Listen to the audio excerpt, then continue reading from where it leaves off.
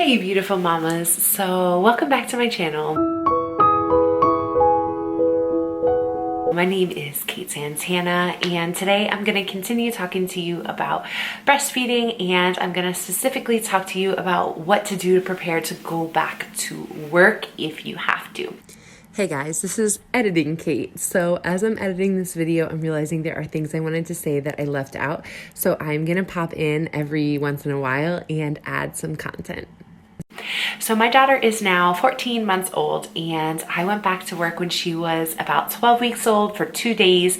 Then it was Christmas break. I had 2 weeks off and I went back officially when she was 14 weeks old. The first thing is that it is going to be difficult to go back to work if you are like me. You don't want to leave your baby. And to be honest, the only thing I cared about the first 2 days that I went back to work was if I pumped enough milk. I was just so nervous that I wasn't gonna pump enough. And so work was kind of like a second thought. And I really was just like, can I pump at work? Those first 2 days, I actually took like microwavable sterilized bags to sterilize my pump parts in the microwave. And then after that, I stopped doing that and learned some tricks from another mom that was pumping at my job. So I was really blessed to have some other moms pumping at the same time as me, and I really learned a lot from them. So I'm hoping to pass on some of the information that they taught me and that I learned for myself in this video. Editing Kate here again. So if you haven't already talked to your boss, you need to have a plan to do so when you get back to work about what your pumping needs are. If your boss is a man and is not married and has never seen a mother go through pumping, he's not going to have any idea what's going on. If your boss is a woman, sadly, even they might not know what's going on. They may be super supportive, so it really depends, but you want to make sure that you advocate for yourself and you understand a plan. This is your right. There are laws that say that you need to be able to pump at work up to a year, so please make sure that you are able to do that and that you know what your rights are.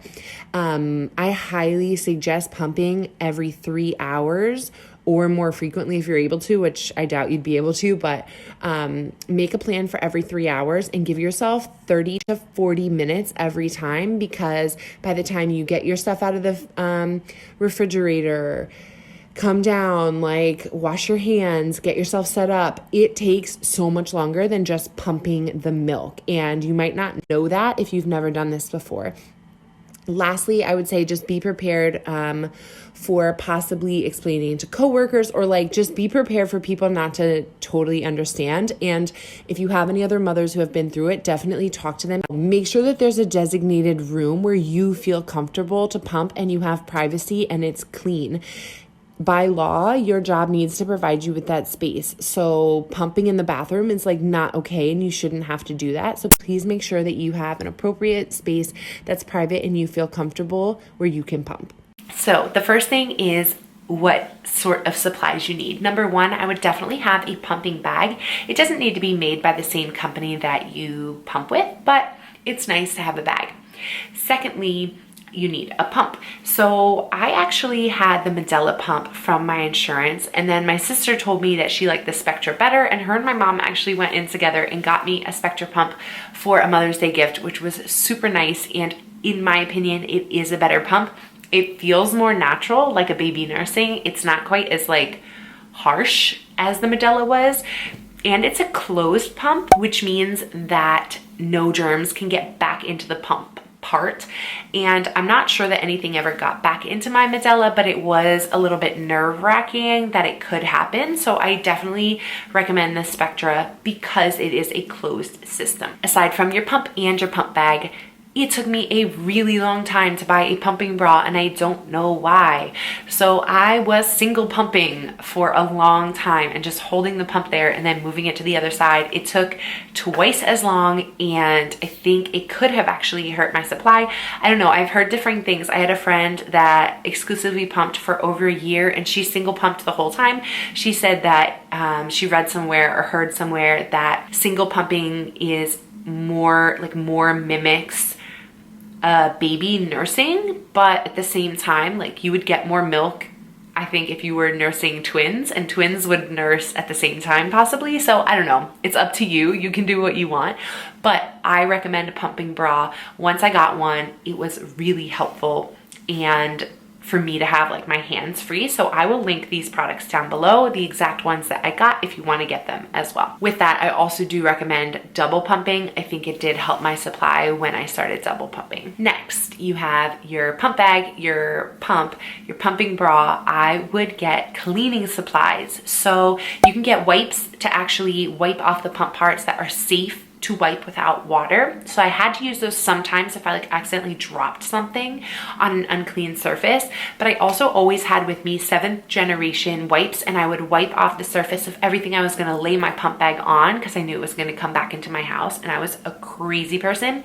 I went back to work in January, so the whole first few months of me working were flu season, so I really didn't want to bring any germs home. Whatever I laid my pump on, I also wiped that, and wherever I laid my pump parts out, I also wiped that every single time I pumped. I also washed my hands with soap and water beforehand, but then by the time I made it to the room I was gonna pump in, I had inevitably touched something. So I also had hand sanitizer spray that I would spray beforehand. I sprayed my phone. I was like crazy with cleaning stuff just to make sure that none of my supplies got contaminated. The other reason I did that is because I stopped cleaning my pump parts in between each pump. So what the other pumping mom told me to do, and my lactation consultant also then told me it was a good idea and I should save my sanity and not wash my pump parts except for once every 24 hours, is I would be very careful again to only touch them with clean hands and to put them on clean surfaces. And then afterwards I wouldn't clean them. I would put them back into a Ziploc bag, zip it closed, or lock it closed, put it in a freezer bag, like a freezer cooler bag that was not see-through.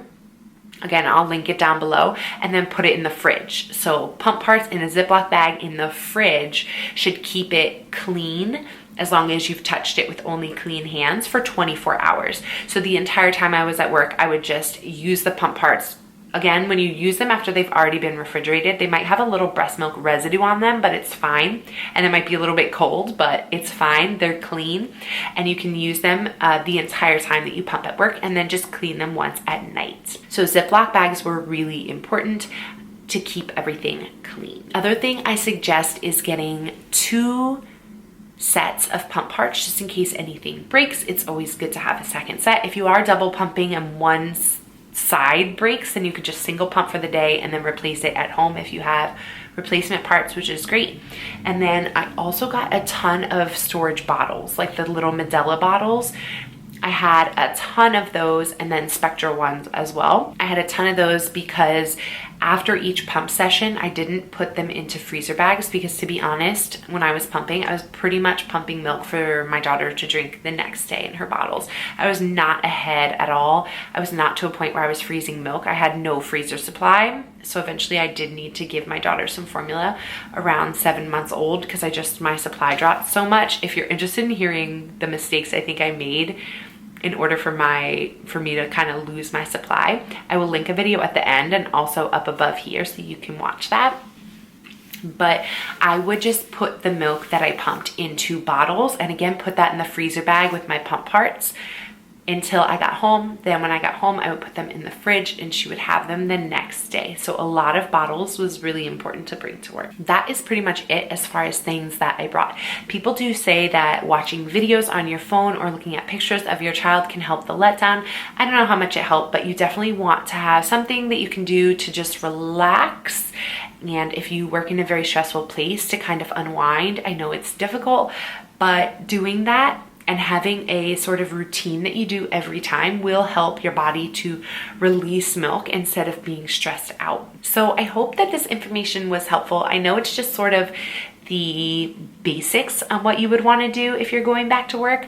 Please leave me any comments down below on anything that you think I missed or what you did to go back to work while pumping, or any questions that you have, and I can answer them because I know I didn't answer everything in this video. If this has been helpful and you want to see more content like this, I would appreciate it if you would just consider subscribing, because then you are able to be notified when I post new videos. And if you liked this video, please give it a thumbs up. I really appreciate you supporting my channel, and I will talk to you guys soon. Have a great day.